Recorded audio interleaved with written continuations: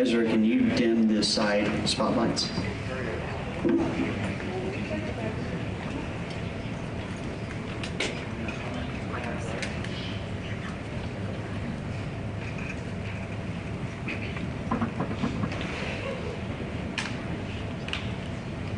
Good morning, ladies and gentlemen, faculty, staff. I want to welcome you here.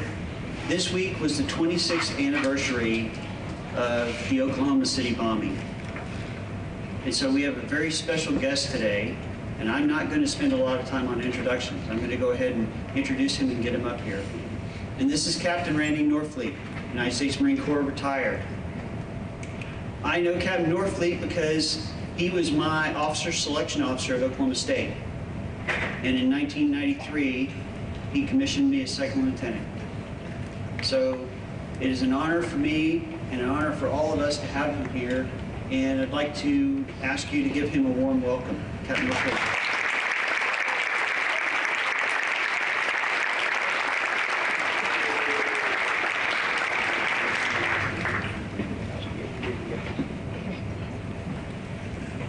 Good morning, and thank you for letting me be here today on this week of remembrance.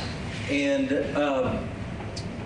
we're going to be talking about the Oklahoma City bombing today, where 168 people lost their lives in one terrorist attack because one man was angry and he allowed his anger to turn into hate. And so I am here to remember my friends and to remember and tell the story of those people that lost their lives in that building just about 26 years ago on April the 19th. I remember I've been given this story for a long time, for 26 years now. And I remember the first time it hit me, I was speaking at the Citadel in South Carolina at a college, at my son's college. It was his senior year. And I got up in front of a crowd much like this one here, where everyone was really young, or was not even born when the bombing happened, right? And so we're going to be talking about something that happened probably 10 years before y'all were even born. But what happened, and at the time, as Colonel Shannon was saying, I was a captain in the Marine Corps. I was the officer selection officer in Stillwater, Oklahoma. And my job was to run the, for short-term, shorthand way of saying it, the ROTC for the Marine Corps, right? I ran the officer programs for Oklahoma and Kansas at the time for a recruiting station at Oklahoma City.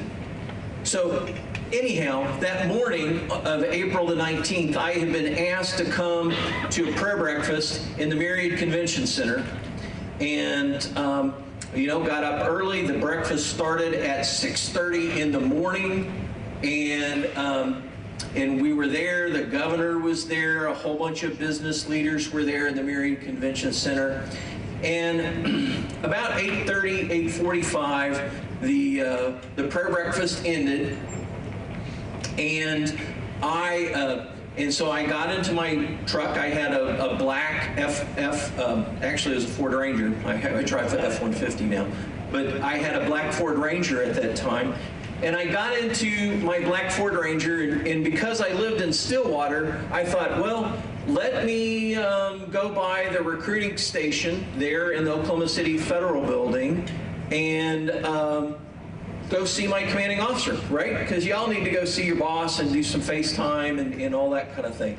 So I got in my truck and I drove up to the Oklahoma City Federal Building, right? And I don't know if y'all have been to the National Memorial that they have there now, but on the west side of the memorial, there's a stoplight, right? There's a stoplight and it looks right into the memorial.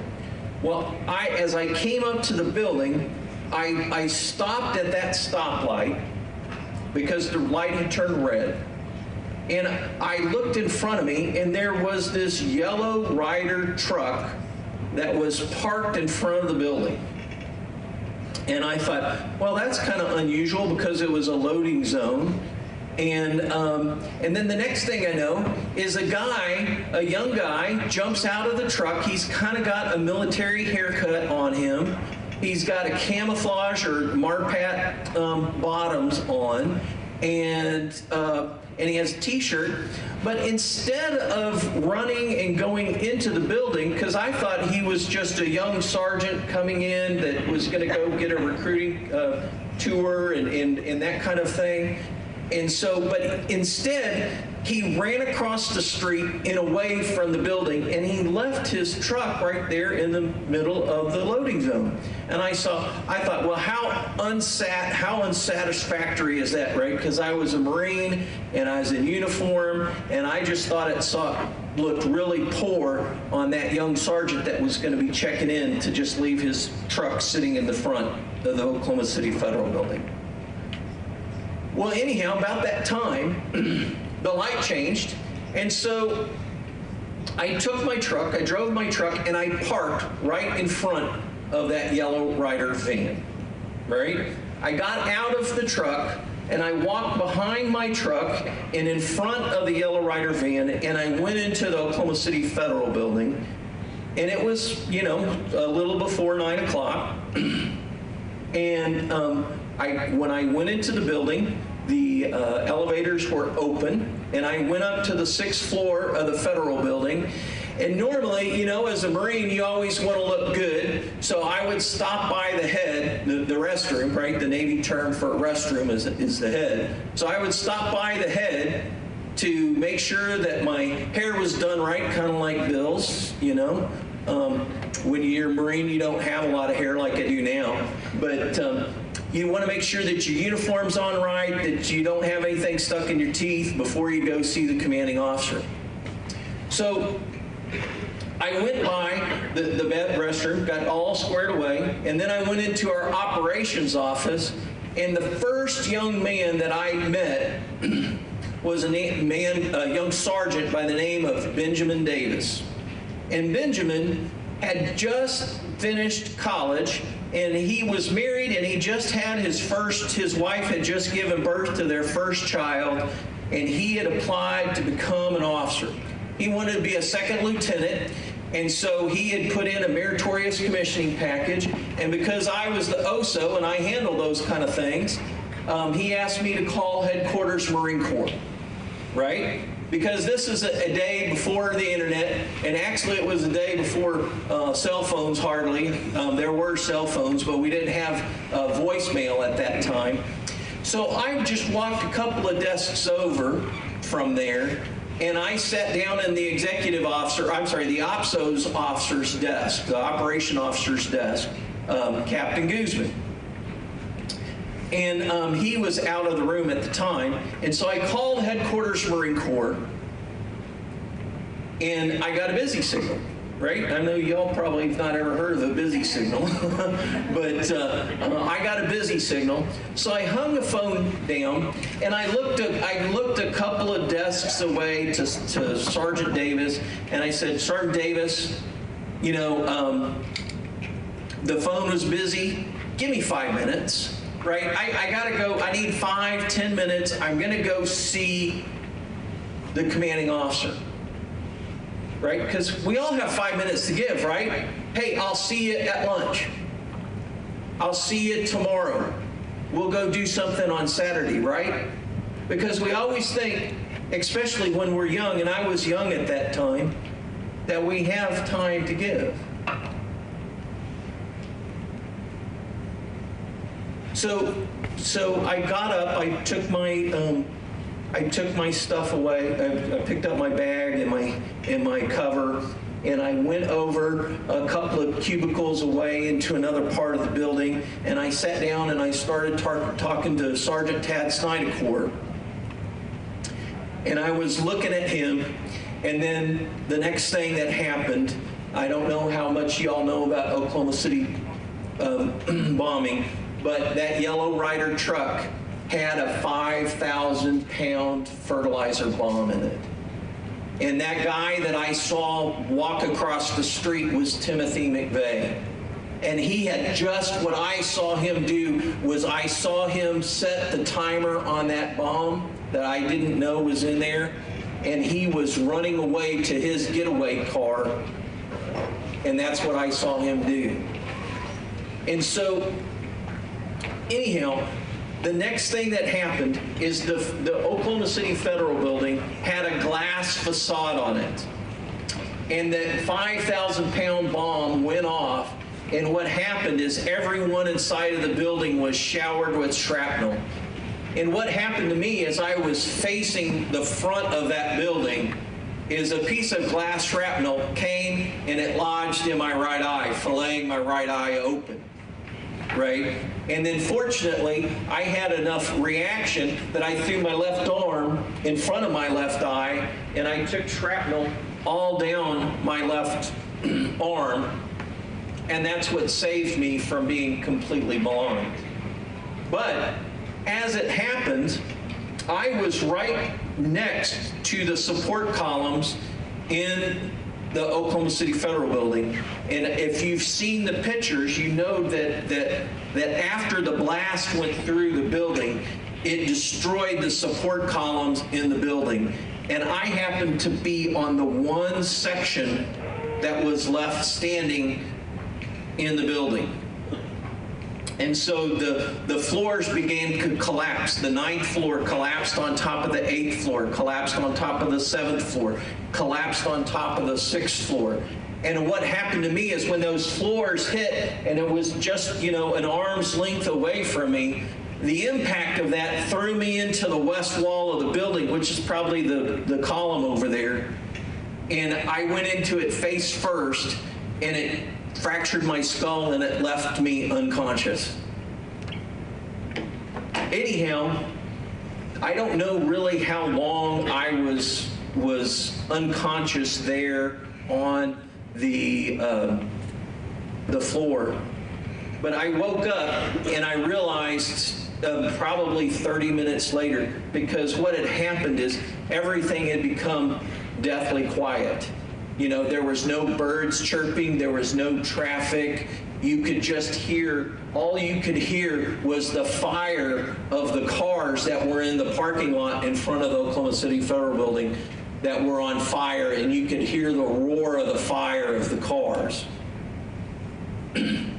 Anyhow, Sergeant Snydercourt, who was there helping me, was not severely injured, and he saw, as I came up, he saw that I was bleeding profusely and I had a piece of glass stuck in my eye.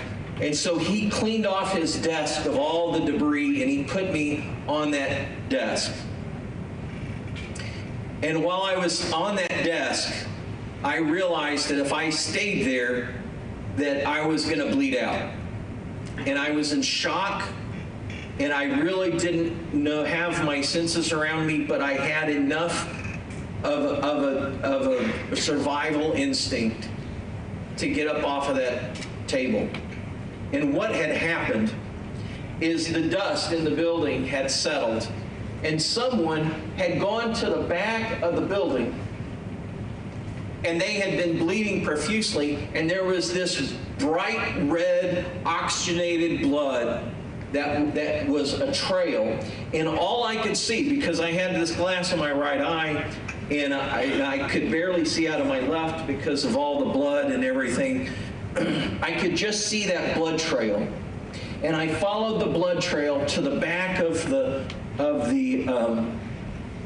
building, and miracle upon all miracles, all of the stairs in the building were intact, and I walked down the 6 flights of stairs, and I got out the back of the building, and right there as I got out of the back of the building, an ambulance was waiting, and I went into the ambulance, and the ambulance took me to the hospital.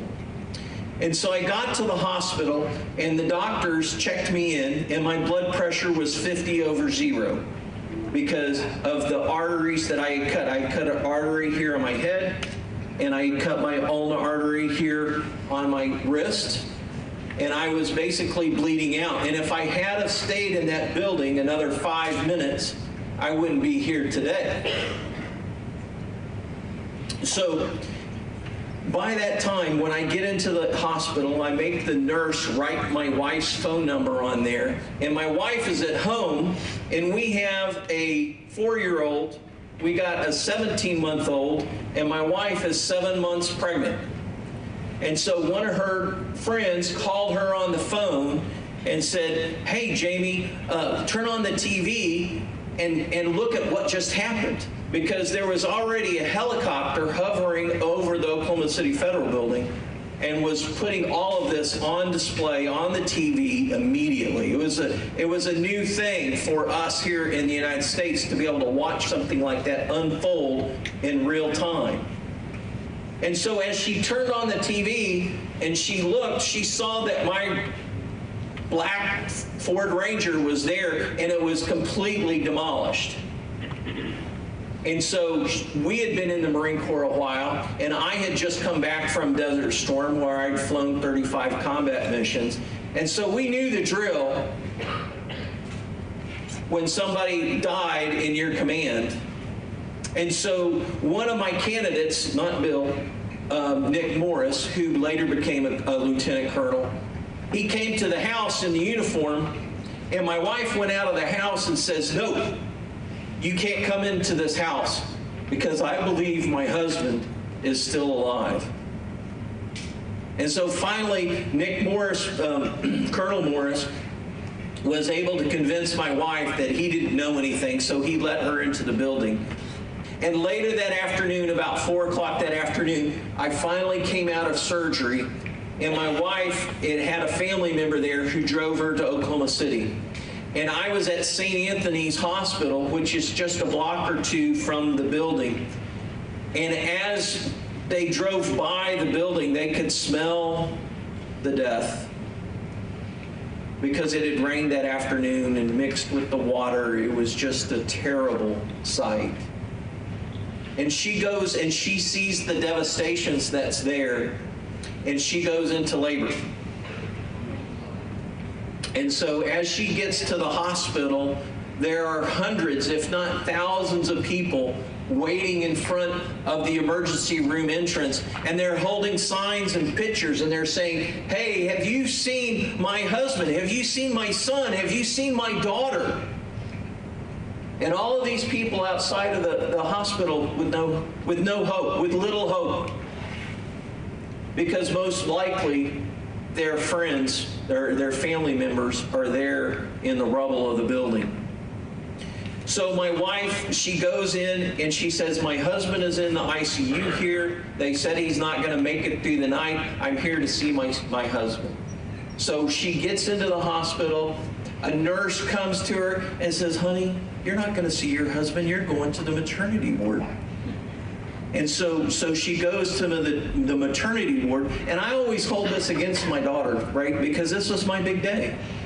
I had been blown up. I finally got some attention. But no, my daughter, she wanted to take all my attention from me. I don't know why that is, but anyhow, so my wife went into the maternity ward. They were able to stop the labor, and she was able to come and visit me, and obviously I was able to make it through, and so I just have a couple of remarks about this story, and especially for those of us now that we live in a culture that is so different now, right? We live in a cancel culture, right? That if we don't think that somebody believes what we believe, in social media and whatever, we can just turn them off, right? And so I'm here to talk to you about what happened to me and how I can help you in your life as you go forward. Because like I said, what had happened to Timothy McVeigh, and if you've seen, there's a documentary out there called Oklahoma City. It used to be on Netflix, and it's around, but it goes and it talks about how Timothy McVeigh became angry, and he allowed that anger to turn into hate, and that hate turned into a 5,000-pound fertilizer bomb, right? So how do we stop and I'll use a military term, how do we stop the kill chain? Right? How do we stop our anger from turning into hate to turning into violence? And so for me, one of the first things that I learned is that you need to be grateful, right? You need to be thankful every day that you come and that you're here. Because as you saw in my story, your whole life can change in a second. And maybe you have petty grievances against your parents or against a friend, right? And you need to take the time to be thankful for those who love you. You need to tell them that you love them. Because as you grow up and as you go into adulthood, it's always in the back of your mind that you're going to get a call like that, right? That somebody's got cancer, that somebody's been in an accident, that something has happened to them.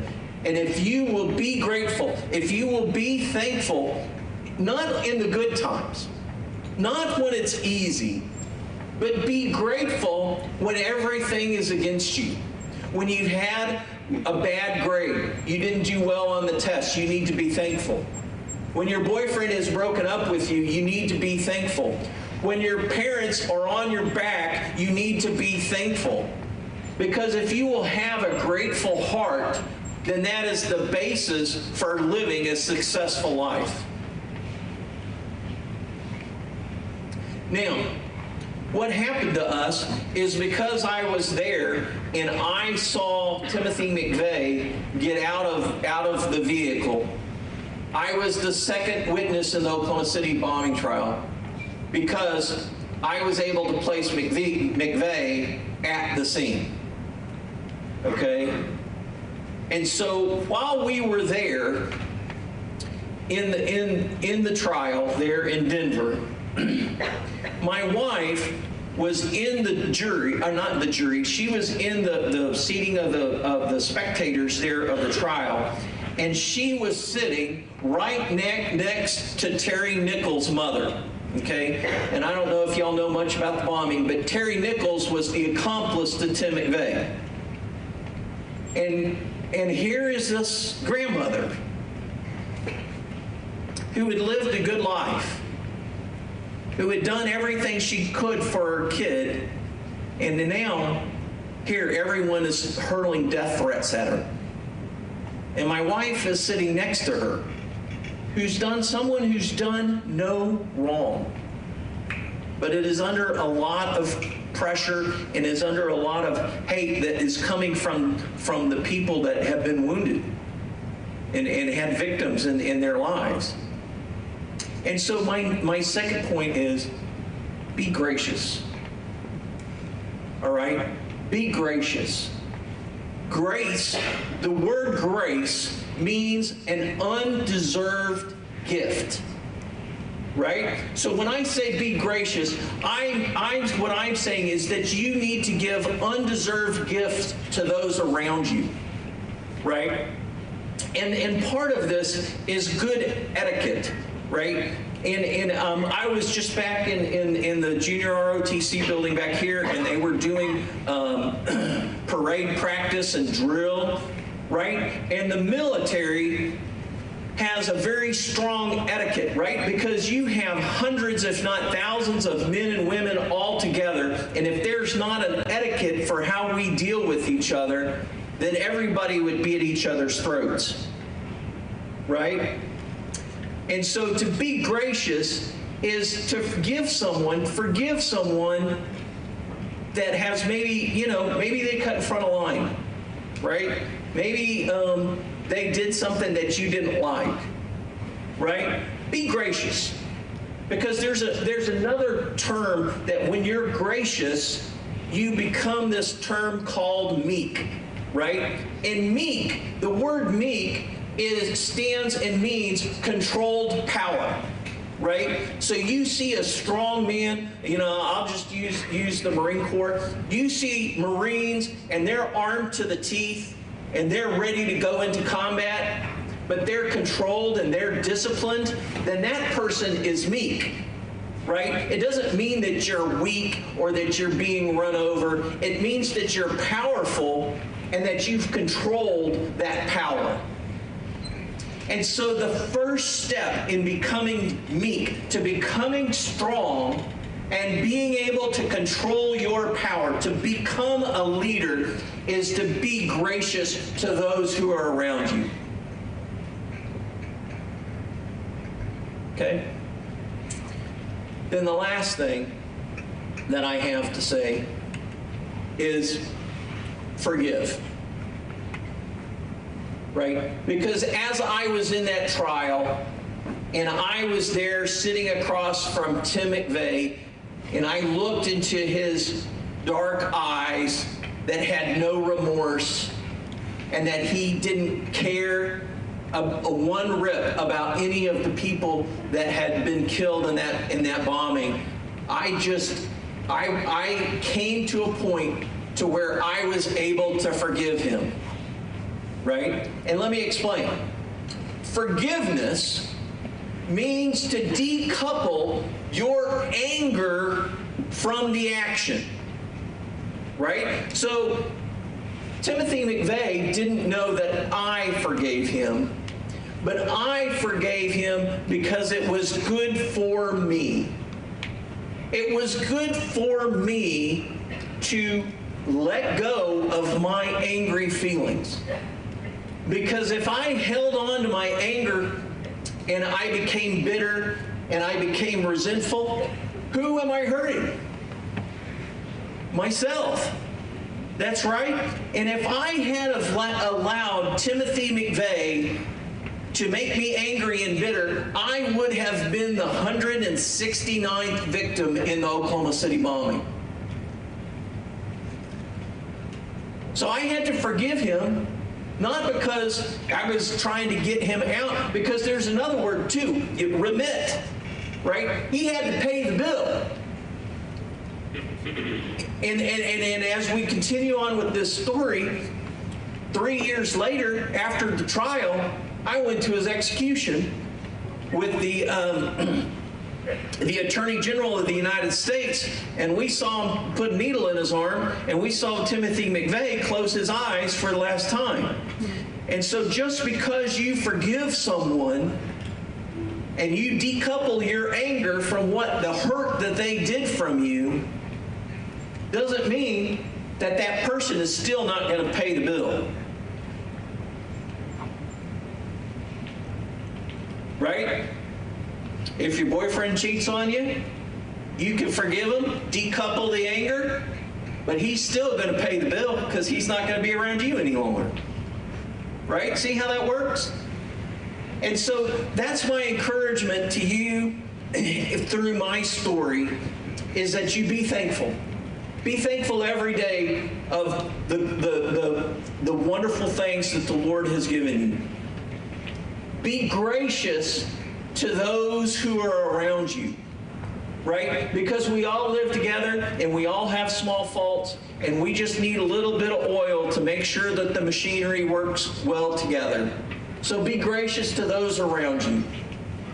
And finally, and I ask from the bottom of my heart, is that you forgive those who have wronged you. Because if you hold on to your anger, and you hold on, and that anger turns to bitterness, then the only person that you're hurting is yourself. And so I'm here to say that even though Timothy McVeigh, I was a pilot, right? And I was blinded in my right eye. So when this happened, my flight career was over. My Marine Corps career was over. And not only did that, but Timothy McVeigh tried to kill me too. And so I can tell you that if I can forgive Timothy McVeigh, that you can forgive those that are around you. And if you can do that, then you will have a successful life.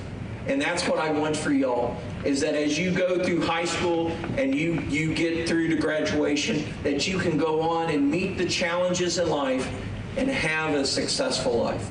Thank you all very much.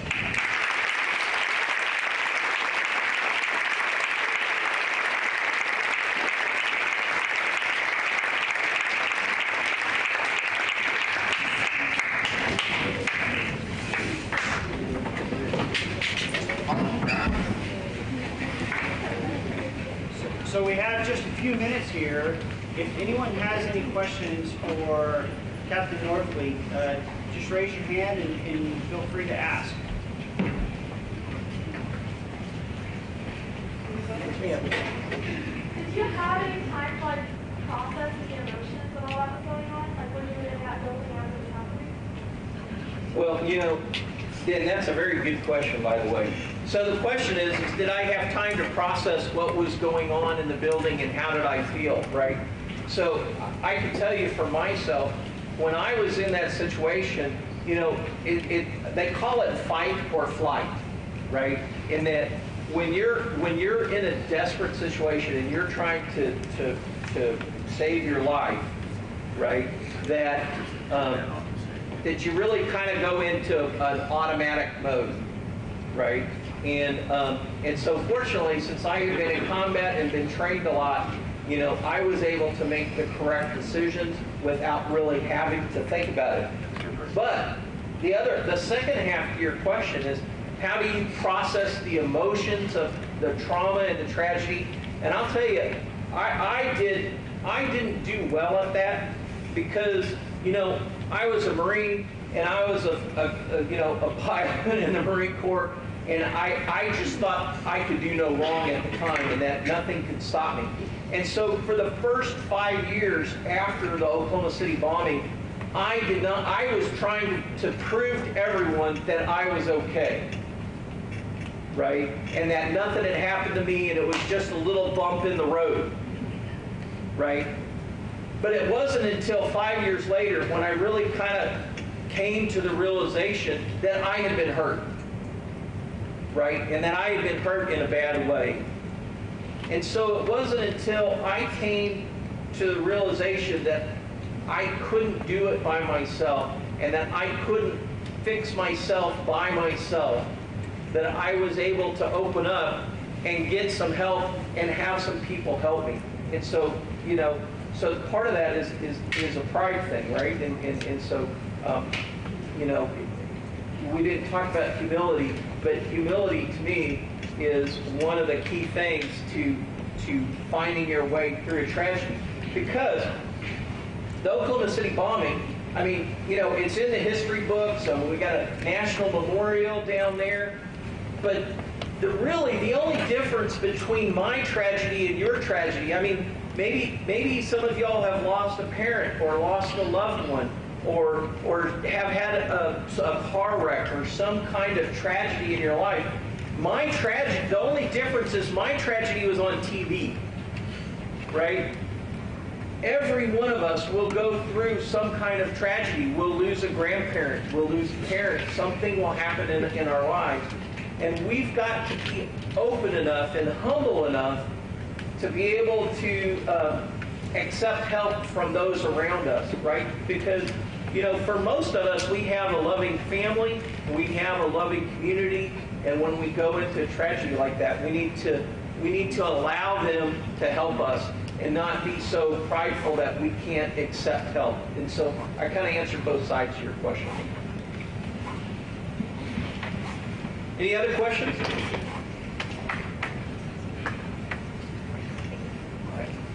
Thank you again, Captain Norfleet.